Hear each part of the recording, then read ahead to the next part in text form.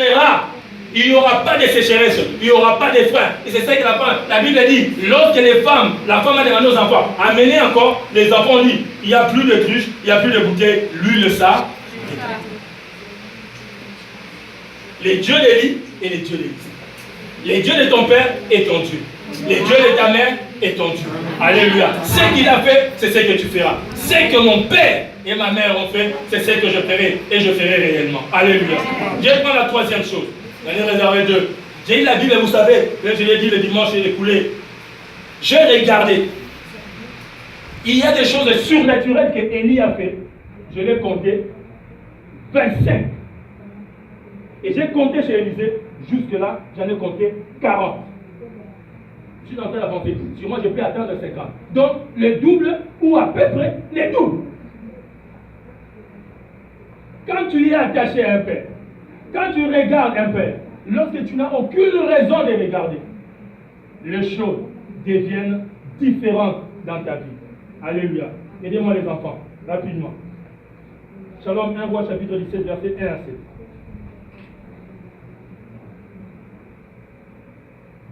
Élisabeth 2 Roi chapitre 2, verset 15 à 22. Je lis la parole de Dieu dans le livre de 1 Roi, chapitre 17, le verset 1 à 7 au nom de Jésus-Christ. Amen. Élie, le Tchibite, l'un des habitants de Galad, dit à Achab, l'Éternel est vivant, le Dieu d'Israël, dont je suis le serviteur. Il n'y aura ces années-ci ni rosée, ni pluie, sinon à ma parole. Et la parole de l'Éternel fut adressée à Élie en ces mots. Pars d'ici, dirige-toi vers l'Orient et cache-toi près du torrent de Kérit, qui est en face du Jourdain. Tu boiras de l'eau du torrent, et j'ai ordonné aux corbeaux de te nourrir là. Il partit et fit selon la parole de l'Éternel, et il alla s'établir près du torrent de Kérit, qui est en face du Jourdain. Les corbeaux lui apportaient du pain et de la viande le matin, et du pain et de la viande le soir. Et il buvait de l'eau du torrent. Mais, au bout d'un certain temps, le torrent fut à sec, car il n'était point tombé de pluie dans le pays, la parole du Seigneur. Amen. Attends. Prends le chapitre 18, verset 40. Écrivez s'il vous plaît. Chapitre 18, verset 41 à 45. Je vais vous prendre vos 15 minutes, quelque temps, s'il vous plaît. Chapitre 18, verset 41 à 45. Nous sommes du côté des livres. Je lis le chapitre 18. 1 Roi chapitre 18. 1 Roi chapitre 18, le verset 41 à 45 au nom de Jésus-Christ. Amen. Et Élie dit à Achab, monte, mange et bois, car il se fait un bruit qui annonce la pluie. Achab monta pour manger et pour boire, mais Élie monta au sommet du Carmel. Et se penchant contre terre, il mit son visage entre ses genoux et dit à son serviteur, monte, regarde du côté de la mer.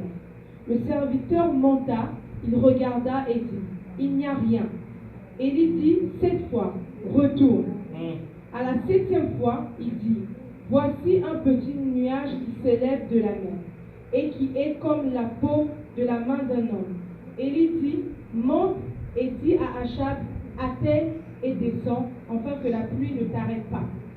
En peu d'instants, le ciel s'obscurcit par les nuages, le vent s'établit et il y eut une forte pluie. Achab monta sur son char et partit pour Jezreel, la parole du Seigneur. Amen. Élisée, 2 Rois chapitre 2, verset 15 à 22.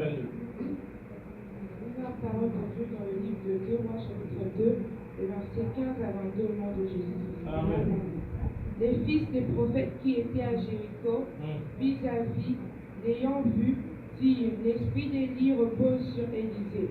Et ils allèrent à sa rencontre et prosternèrent contre terre devant lui. Ils lui dirent, voici, il y a parmi tes serviteurs 50 hommes vaillants, veux-tu qu'ils aillent chercher ton maître? Peut-être que l'esprit de l'Éternel l'a emporté et l'a jeté sur quelques montagnes ou dans quelques vallées. Il répondit, ne les envoyez pas. Mais ils le pressèrent longtemps et il dit, envoyez-les. Ils envoyèrent les 50 hommes qui cherchèrent Élie pendant 3 jours et ne le trouvèrent point. Lorsqu'ils furent de retour auprès d'Élisée, qui était à Jéricho, il leur dit, « Ne vous ai-je pas dit, n'allez pas ?»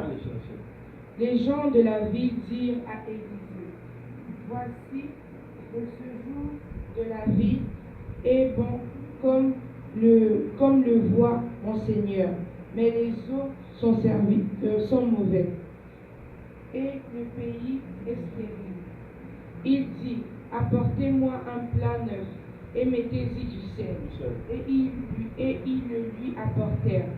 Il alla vers la source des eaux, et il y jeta du sel, et dit, « Ainsi parle l'Éternel, j'assainis ces eaux, il n'en proviendra plus ni mort, ni stérilité. » Et les eaux furent assainies jusqu'à ce jour, selon la parole qu'Élisée avait prononcée. Amen. Selon la parole qu'Élisée avait prononcée, les eaux ont été assainies. Là, il y a un problème d'eau. Nous, comme spécialistes d'eau, on dit que l'eau, c'est la vie. Mais moi, en tant que chrétien, je dis que Jésus-Christ, c'est la vie. Mais sur les plans matériels, l'eau est la vie. Ils sont venus voir Élisée pour dire, mais ils doutaient toujours, hein, ton maître n'est pas enlevé. Il doit être monté, Dieu l'a jeté quelque part. Est-ce qu'on peut aller le chercher? Il dit non, arrêtez. Son temps est fini. Maintenant, c'est mon temps. Dis, c'est mon temps. Dis bien, c'est mon temps. Arrête de chercher Papa Lang, il est où? De chercher Mambo Lang, il est où? Mambo Lang, il t'a déclaré. Papa Lang t'a enseigné. Il a mis en toi la parole de la libération, de la délivrance. C'est ton temps. Mets la main droite sur ta poitrine, dis, c'est mon temps.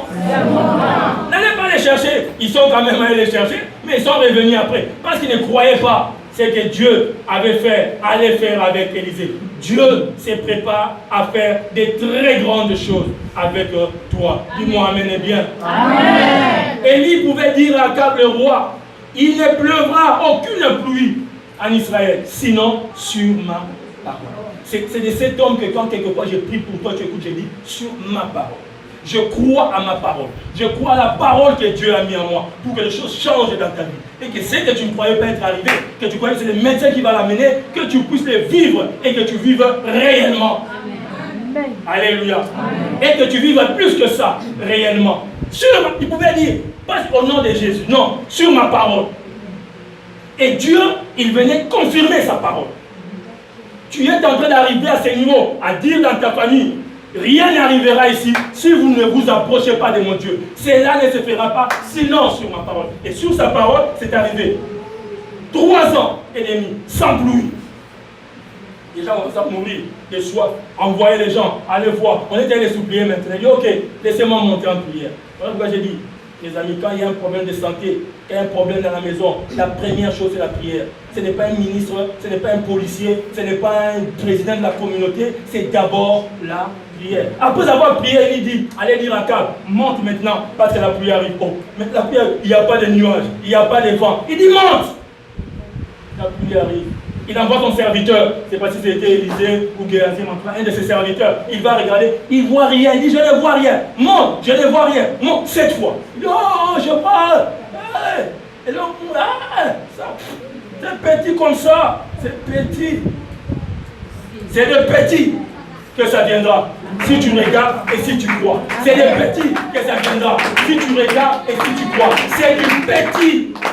2 clients, des oranges, des tomates, une boîte de peinture, un petit chantier, c'est du petit. C'est lui qui fait les sérieux avec les petits. Le Seigneur amène plus.